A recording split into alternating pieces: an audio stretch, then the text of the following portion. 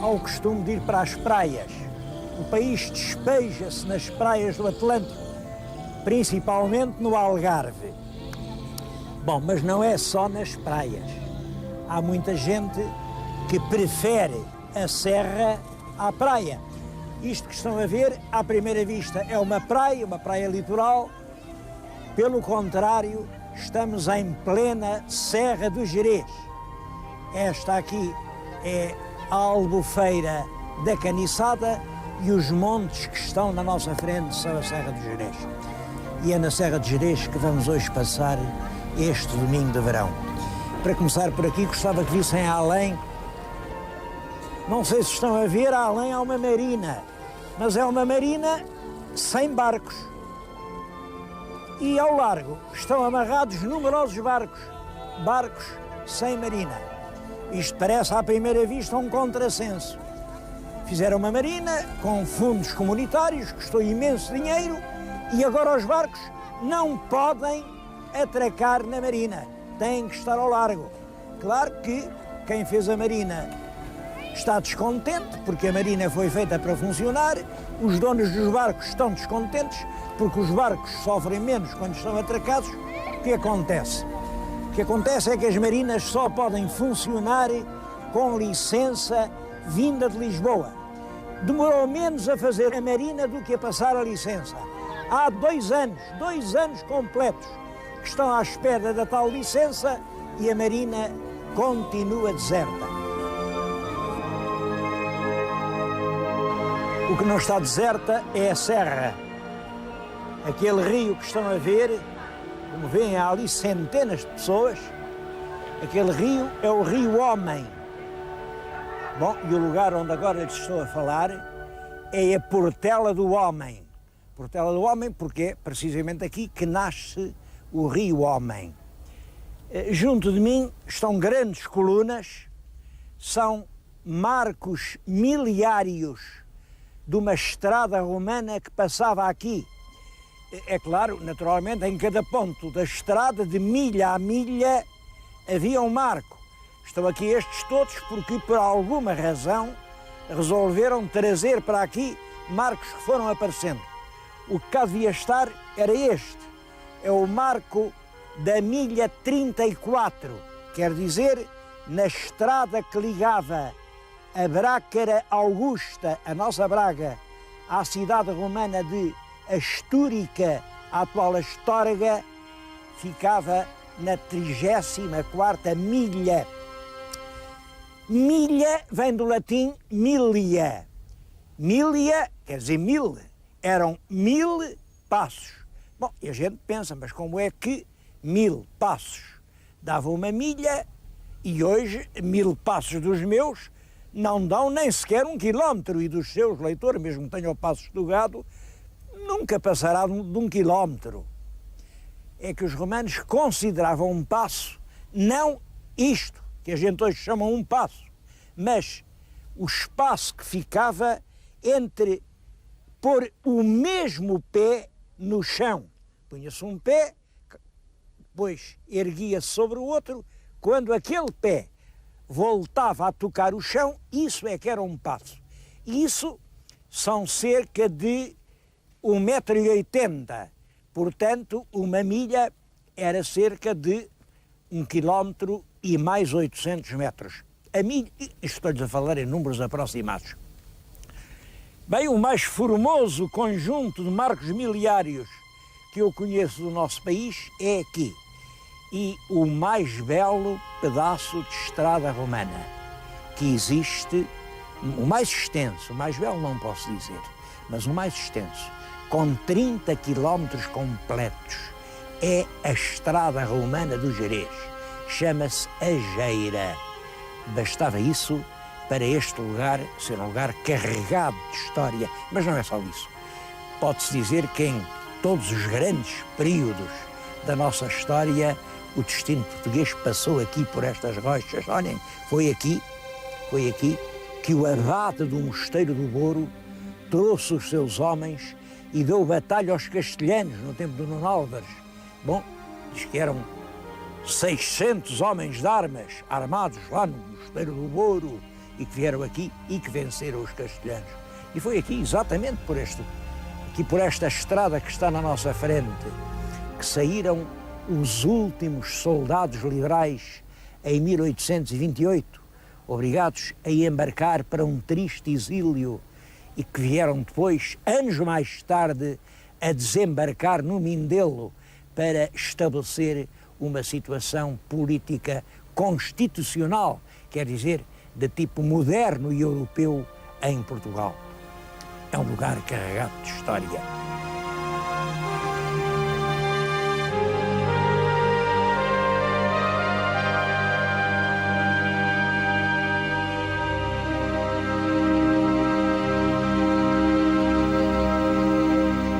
Depois da época romana, toda a história da região está ligada a uma figura, São Bento. Eu agora estou-lhes a falar num convento que foi dos beneditinos, foi da Ordem de São Bento.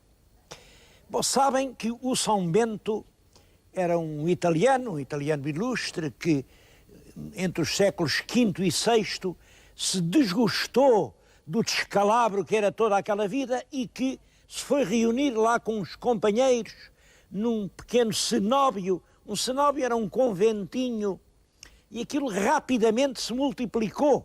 É o próprio São Bento que fez a regra de 12 vezes 12. 12 conventinhos, cada um com 12 monges. Bem, e os 12 vezes 12 rapidamente se transformaram em 144 vezes 144 e a Ordem de São Bento alastrou na Europa inteira. Um dos pontos onde chegou foi aqui. Aqui, estou-lhes a falar no Boro. Este é o convento que hoje se chama de Santa Maria do Boro. Não é São Bento do Douro, é Santa Maria do Boro. Bom, mas isso também tem uma explicação. É que os tais frades de São Bento, que começam no século VI, VII, VIII, é no século VIII que eles chegam aqui à nossa península, nono, décimo, quando chegam ali ao século XII, já são os frades muito ricos, acusados de ter muitos pecados, não sei se tinham, se não tinham, em suma, é dentro da Ordem de São Bento que surge uma grande reforma, a reforma de São Bernardo, a reforma de Cister, que deu uma ordem completamente nova a isto. Olhem, basta que lhes diga isto. Acho que é a primeira grande operação de branqueamento que a história conhece. Os hábitos dos monges eram pretos e ele transformou-os em brancos. Chamavam-lhe por isso os monges brancos. É claro que houve conventos de beneditinos que aceitaram com mais facilidade a reforma de Cister, com menos facilidade. Devo-lhe dizer que o nosso Dom Afonso Henriques ajudou muito essa conversão. O velho São Bento na nova Cister e, por exemplo, aqui no Boro, o Dom Afonso Henriques é ele quem patrocina a transformação da ordem em cistercienses. Se entrarem aqui na sacristia da igreja, que aliás é um dos mais belos monumentos do barroco português, a toda a volta da sacristia vêm cenas de um santo a fazer milagres. Não é o São Bento, é o São Bernardo. O São Bernardo que fez a reforma de Cister. Bem, o convento foi andando-se, desde o Dom Afonso Henriques até ao liberalismo, até estar abandonado, e hoje foi recuperado sob a forma de uma pousada de Enatur. Eu penso que esta obra merece um comentário. É realmente um aproveitamento perfeitamente exemplar, um respeito completo pelo que estava construído, mas ao mesmo tempo uma reutilização no sentido do conforto.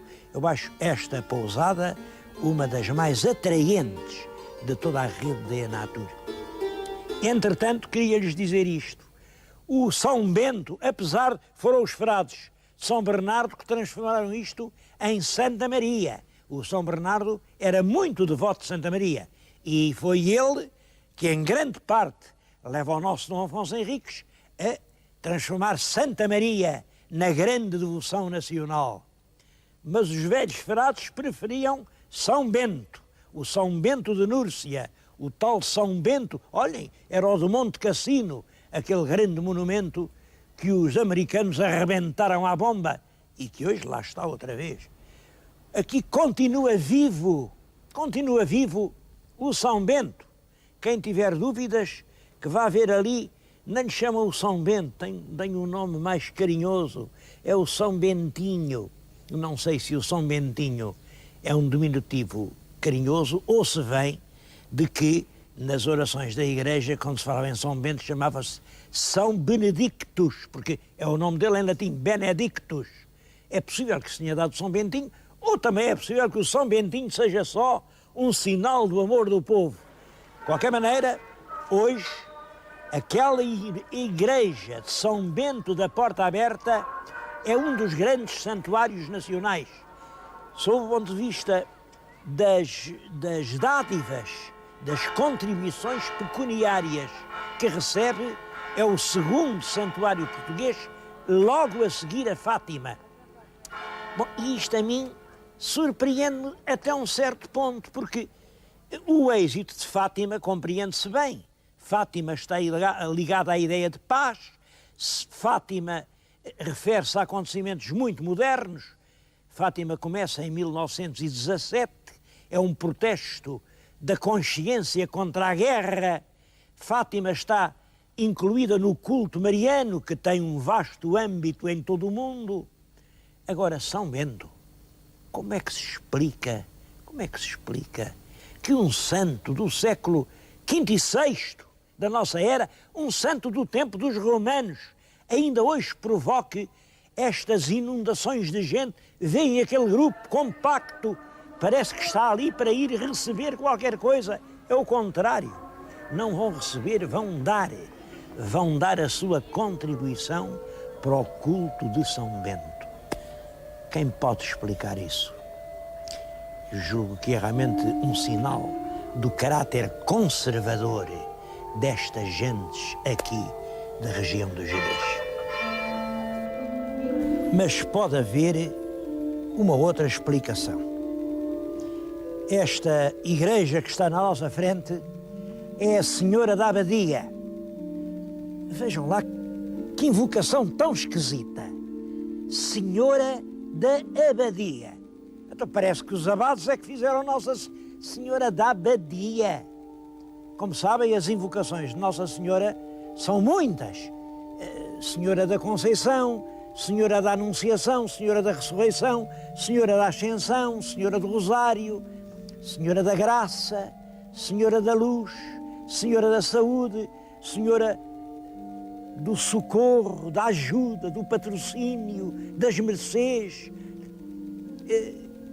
Outras ligadas à nossa vida é a Senhora do Ó, que é a Senhora da Gravidez, a Senhora do Leite, é a Virgem Mãe que amamenta, a Senhora do Bom Sucesso, da Boa Hora, da Agonia, da Boa Morte, a Senhora que é simplesmente a Madre de Deus, ou as Senhoras das Viagens, a Senhora da Boa Viagem, a Senhora dos Navegantes, a Senhora dos Remédios, ou então senhoras que têm a ver com lugares. Aqui em Portugal, a Senhora de Fátima, ou a Senhora de Lourdes, ou a Senhora da Lapa, ou Guadalupe, ou da Estrela, ou do Sameiro, ou da Nazaré, das Navas, a Senhora da Rocha, a Senhora do Cabo.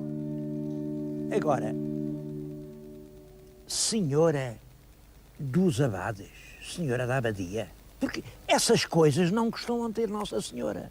Reparem, não há nem nunca houve Senhora da Lua, nem Senhora do Sol, nem Senhora da Noite, nem Senhora dos Bons Negócios, nem Senhora da Lotaria, ou da Sorte, ou da Banca, ou da Moeda, ou das Armas, ou das Guerras. É certo que os portugueses inventaram uma Senhora da Vitória, depois da Guerra de Aljubarrota, mas é um caso isolado. Agora, isto, uma senhora da abadia, quer dizer, uma senhora que os senhores abades mandaram fazer, isto liga-se com a explicação que é esta. O verdadeiro convento O primeiro não tinha nada a ver com Santa Maria. A invocação era São Miguel, mas realmente o grande santo era São Bento. São Bento. Depois, quando vem a reforma de Cister, eles mudaram, porque o São Bernardo era extremamente devoto de Santa Maria. E em toda a parte onde há influência da reforma do São Bernardo, aparece o culto de Santa Maria. Penso que é nessa altura que em Portugal Santa Maria passa a ser uma espécie de devoção universal. E aqui, o que é que eles fizeram? Aqui neste sítio ainda ficou reservado à Santa Maria, mas com este nome, a Senhora da Abadia, a Senhora que os novos santos abades, os abades postos lá por Cister, mandaram respeitar. Entretanto, mantinha-se o culto de São Bento da Porta Aberta. São Bento da Porta Aberta nestas terras, em que a peregrinação era um suplício, e quando havia um inverno rigoroso e sempre uma porta que se abria a acolher os viandantes, ou nas securas do estio, uma porta sempre aberta de par em par, uma porta que hoje continua aberta. São Bento da hospitalidade, São Bento aberto a todos. E foi esse São Bento o que chegou até agora e que explica aquela multidão de esmolas que há bocadinho vimos.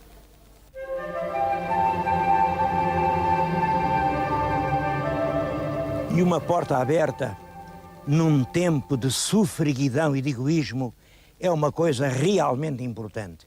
Eu estou a ligar isto com uma tradição que existe aqui no Gerês, que é uma tradição relacionada com um facto verdadeiro. Aí numa aldeia chamada Cabaninhas, onde passa um ribeiro, houve uma tremenda enxurrada no século XVII, sabemos exatamente a data. Foi na noite de 14 para 15 de dezembro de 1603.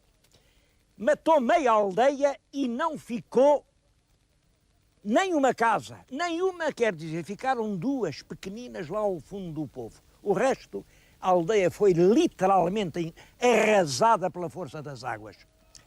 Ora, um escritor do tempo, o abade de Chorense, escreveu a sua interpretação. Ele diz que era domingo e o povo da aldeia, em vez de ir à missa, ficou em casa a tratar da matança do porco. Claro, foi o castigo do céu. Mas a história que ainda hoje o povo conta é bem diferente. Diz que durante o dia, que era um dia enregelado de inverno, tinha passado ali um velhinho a tiritar de frio e tinha batido a todas as portas, mas todas as portas se cerraram e ele não teve nenhum sítio onde se aquecer ao calor de uma lareira. Só que lá ao fundo, em duas casas, exatamente as mais pequeninas, as mais pobrezinhas, acolheram o pobrezinho. Então não é que foram exatamente essas duas casas as que se salvaram da enxurrada? Não se está mesmo a ver que é milagre? É o milagre da porta aberta. Aqui eu estou a falar num sítio famoso da Serra do Gerês. Este é também um milagre da porta aberta. Era uma vez uma freira que vivia enclausurada num convento do Porto e que se apaixonou. Ela apaixonou-se, eu não sei bem por quem, há quem diga que foi por um garboso capitão francês, mas eu acho que isso que é uma imitação da freira de Beja. Há quem diga que foi por um castelhano. O que é certo é que os dois fugiram do convento e vieram arranjar um espaço livre aqui na Serra do Gerês. Fizeram uma cabana, exatamente encostada a este rochete em que me encontro, e o que leem aqui é um soneto romântico que lembra ao viajante esses amores da freira fugitiva do convento. É uma história que o Camilo de Castelo Branco conta e que provavelmente lhe inspirou aquele romance A Doida do Candal. Qual é a verdade desta lenda? Eu não sei, Há quem jure que sim, até dizem o nome da freira e do espanhol. Há quem diga que não, que é apenas uma fantasia a que o gênio literário de Camilo Castelo Branco deu fora de verdade. Olhem, hoje é um lugar encantador onde há colmeias e, como veem, se vende o mel.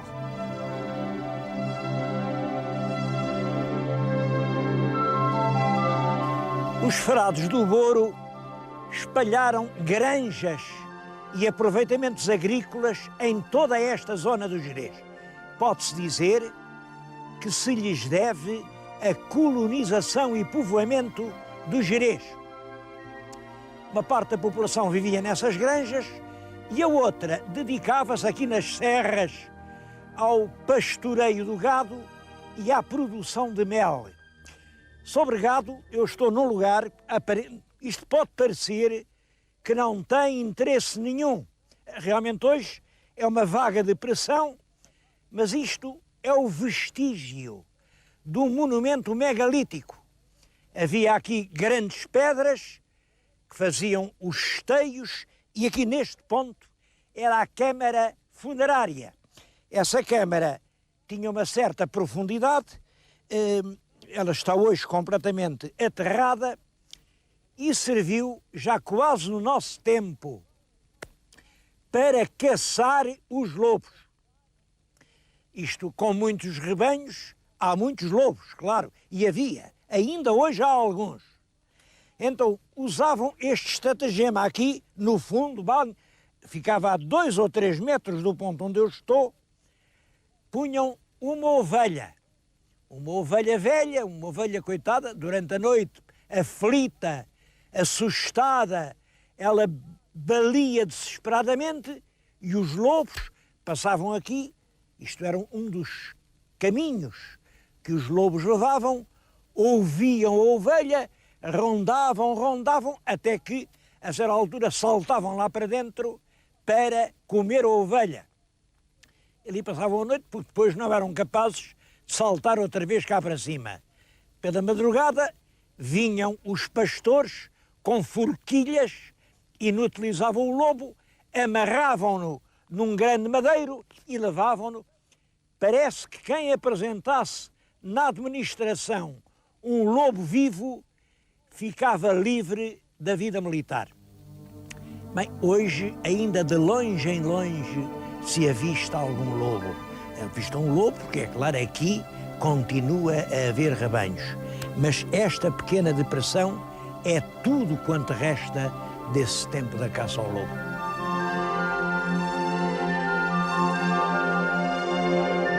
Em toda a serra há inúmeros enxames de abelhas e, portanto, uma grande produção de mel. A propósito de mel, eu gostava de contar aos meus telespectadores uma coisa que se passou há pouco tempo comigo e que eu estranhei muito. Foi numa pousada da Enatur. Eles, ao pequeno almoço, põem, enfim, uns pequenos boiõezinhos com mel e, naquele caso, era um mel distribuído por uma empresa portuguesa de que eu não digo o nome, mas é o que merecia que dissesse, e dizia que era mel húngaro. Então, mas toda a gente sabe que nós temos aqui mel a mais, que é difícil vendê-lo, mel húngaro. Mas o pior foi quando eu provei o mel.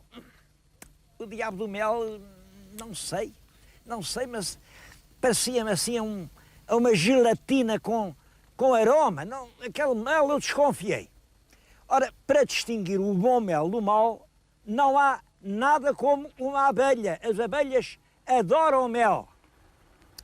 E eu peguei no boiãozinho, levei-o para a palmela, pus um bocadinho de mel bom, verdadeiro, de colmeias portuguesas, num prato, pus ao lado aquele mel húngaro e esperei pelo resultado. O resultado foi que, no dia seguinte, as abelhas do enxame tinham comido todo o mel português e tinham deixado todo o mel da Hungria. E eu pensei, gostam mais do mel português, não admira, são abelhas patriotas. mas amanhã que remédio têm elas? Vão comer o mel da Hungria. Mas, quando no dia seguinte fui ver, estava um dia muito quente, sol muito forte, tinha acontecido isto. A força do sol tinha evaporado a essência que havia na gelatina. E o que lá estava era realmente, enfim, um fio de gelatina descorada, que revelava evidentemente que o tal mel da Hungria era uma falsificação. Ora bem, eu fiquei a pensar no seguinte: quem perde com isso, sei eu, somos nós, que somos enganados, que nos dão um produto mau em vez de um produto bom, um produto estrangeiro em vez de um português. Agora, quem é que tem a ganhar com essa falsificação? Essa é a pergunta que eu tenho a fazer. Às vezes é mais fácil fazer as perguntas que dar as respostas.